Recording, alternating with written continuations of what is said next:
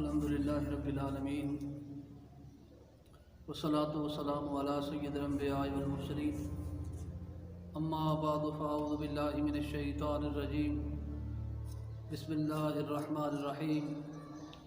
ناظرین، آپ دیکھ رہے ہیں اسلامک آئی انفو، اور آج ہمارا موضوع ہے اعتکاف کی فضیلت اور اقسام۔ برادران اسلام، اعتکاف بہت ہی اہم عبادت ہے۔ اس کے ذریعے انسان کو قرب الہی نصیب ہوتا ہے، اور اعتکاف کی 3 اقسام ہیں۔ نمبر 1، نفلی اعتکاف۔ نفلی اعتکاف یہ ہے کہ جب بھی اللہ پاک توفیق دے مسجد میں حاضر ہوں تو اسی وقت اعتکاف کی نیت فرما لیا کریں، اور اس کا فائدہ یہ ہوگا کہ جتنی دیر مسجد میں رہیں گے اتنی دیر نفلی اعتکاف کا ثواب بھی ملتا رہے گا۔ اور دوسری قسم ہے سنت اعتکاف۔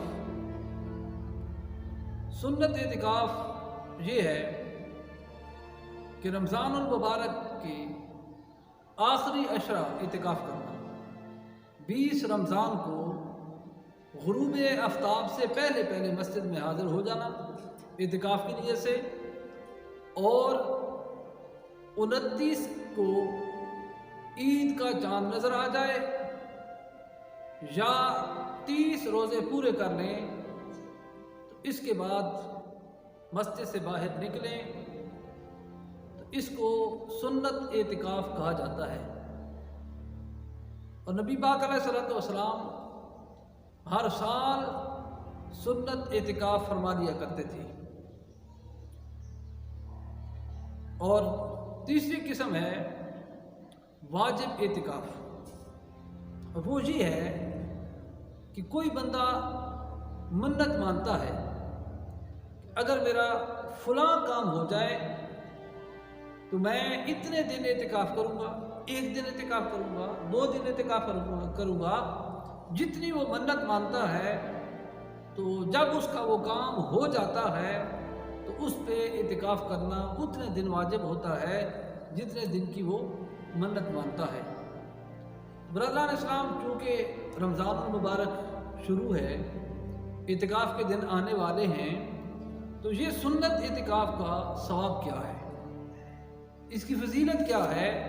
تو حضور نبی پاک علیہ الصلوۃ والسلام کی حدیث پاک ہے جس میں نبی پاک علیہ الصلوۃ والسلام فرماتے ہیں کہ من اعتکف عشرہ فی رمضان کانا کحجتین او عمرتین۔ حضور نے فرمایا کہ جس نے رمضان کا آخری عشرہ اعتکاف کیا تو گویا اس نے 2 حج یا 2 عمرے کا ثواب حاصل کر لیا۔ 2 حج یا 2 عمرے کا ثواب حاصل کر لیا۔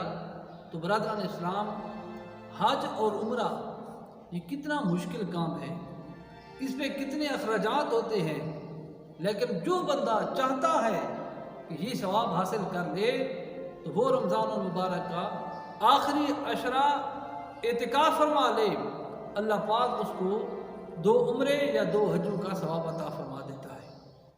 تو یہ رمضان المبارک کی برکتیں ہیں جس میں اعمال کے ثواب میں اضافہ ہو جاتا ہے۔ عام حالات میں اتنا ثواب حاصل نہیں ہوتا جتنا رمضان المبارک میں کوئی بھی نیکی ہے تو اس کا کئی گنا ثواب زیادہ ہو جاتا ہے۔